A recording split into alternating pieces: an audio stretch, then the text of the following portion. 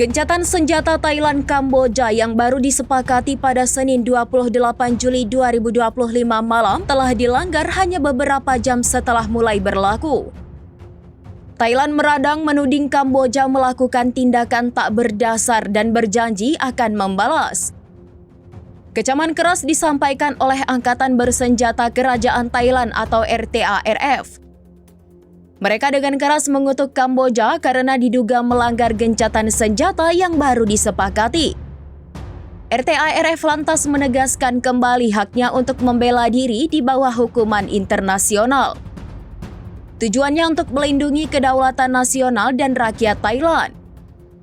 Mayor Jenderal Vitailai Tomia, juru bicara Markas Besar Angkatan Bersenjata Kerajaan Thailand, buka suara. Menurutnya, Thailand telah mematuhi secara ketat perjanjian gencatan senjata. Semua tindakan ofensif dihentikan segera pada pukul 00 pada Senin malam.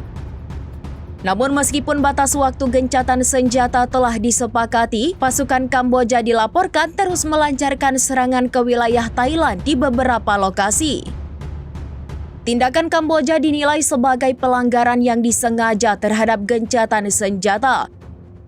Kemarahan serupa juga diungkapkan oleh Mayor Jenderal Vitai. Menurutnya, Kamboja saat ini telah menjadi ancaman bagi keamanan regional dan global.